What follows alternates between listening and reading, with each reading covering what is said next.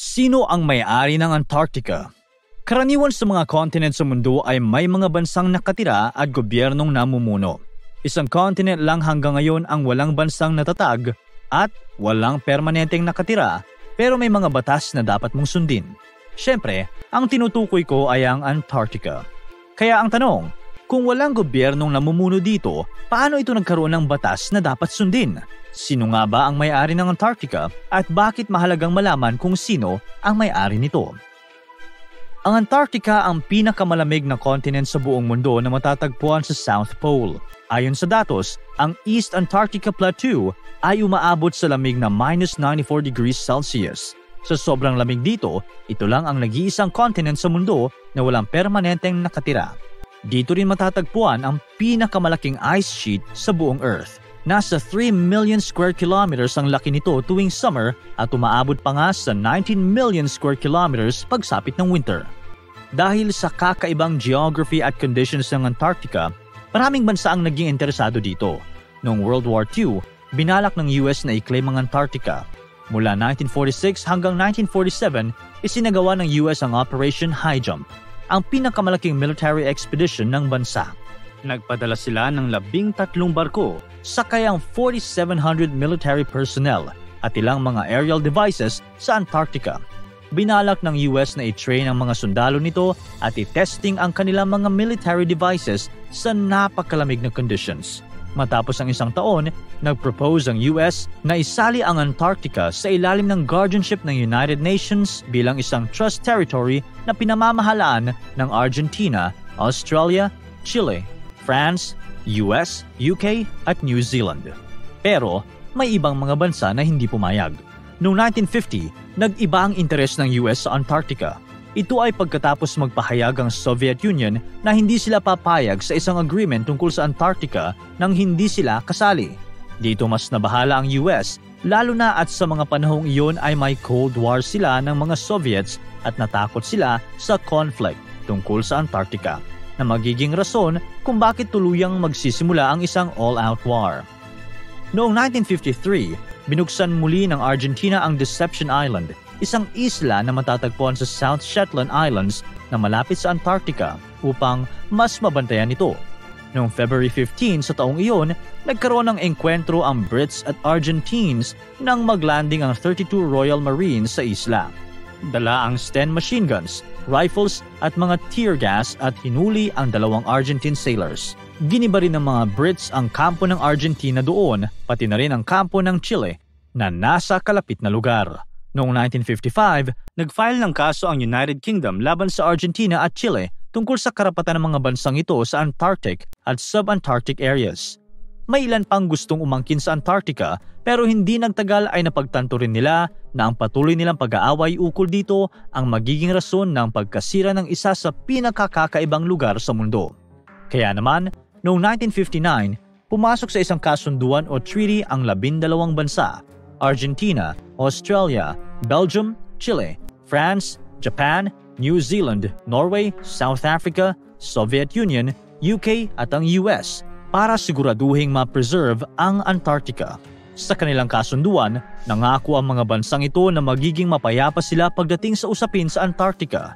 Ginawa nila ang treaty para maagapan ang mga activities na pwedeng makasira sa napakamasela na ecosystem ng lugar. Kabilang na dito ang pagbabawal sa mining, nuclear exploding at bawal rin ang military operations. Lahat ng mga countries sa treaty ay may karapatan na magtayo ng research stations sa lugar na siyang tutulong sa mga scientific researches ng iba't ibang bansa. Sa katunayan, sa Antarctica ay na-establish ang 55 research stations dahil sa treaty. Gayunpaman, kahit may treaty na, may mga conflicts pa rin tungkol sa kung sino ang may-ari ng Antarctica o sa ibang parte nito, at naging creative ang ibang mga bansa sa pag-angkin ng kanilang parte. Noong 1977, nang magkaroon ng conflict ang Argentina dahil nag-overlap ang inaangkin nitong parte ng Antarctica sa parte ng Britain at Chile, nagpadala ito ng babaeng buntis upang doon ito sa Antarctica manganak.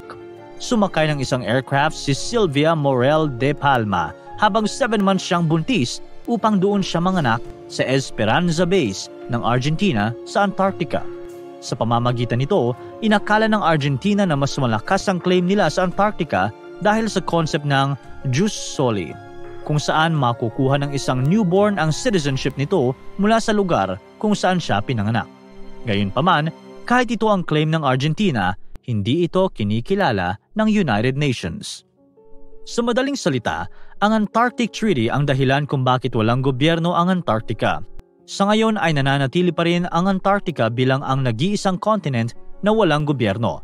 Wala itong gobyerno dahil pinamumunuan ito ng maraming bansa na nangakong aalagaan ito.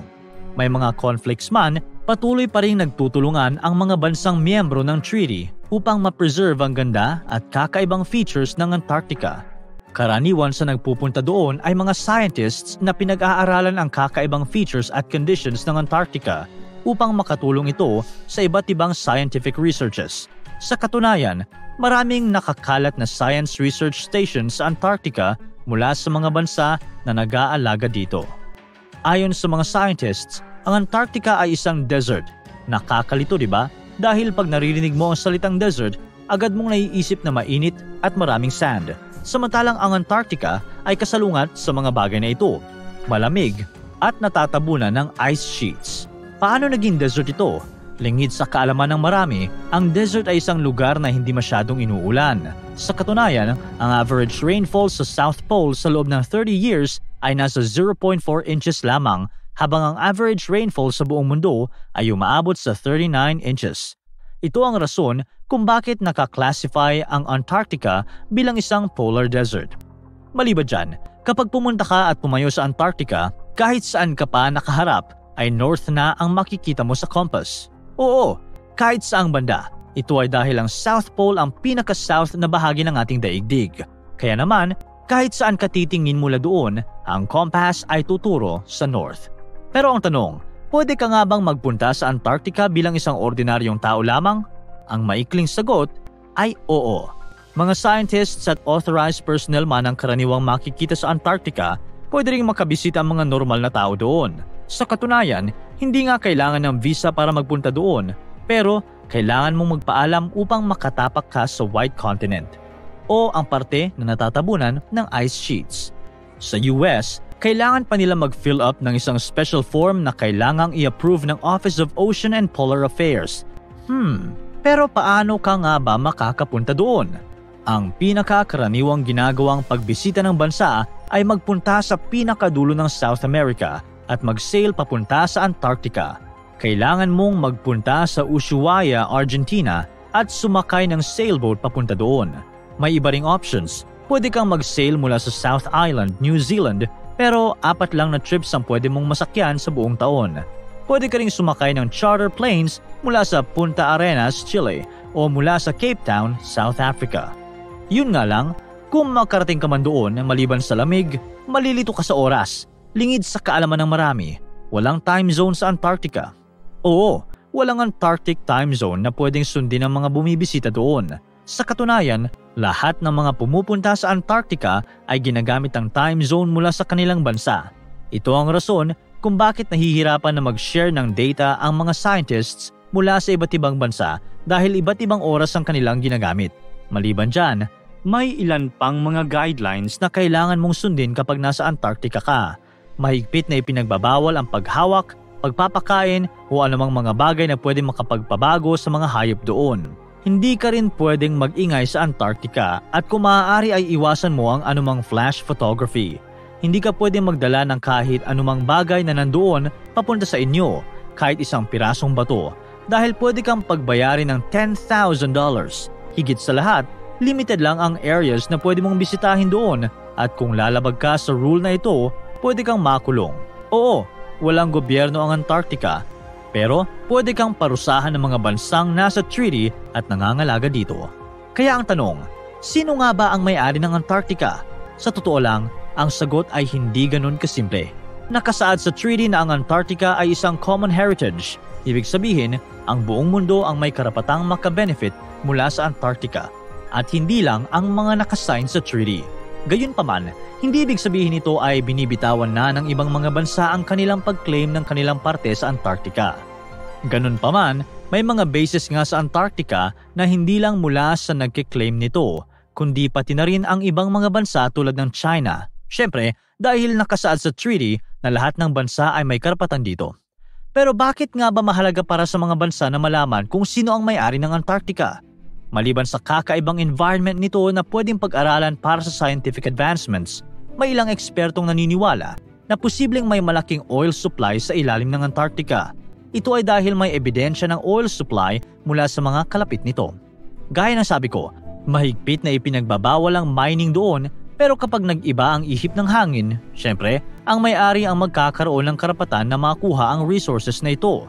Pero higit pa dyan, nasa Antarctica din ang 70% ng freshwater ng ating planeta.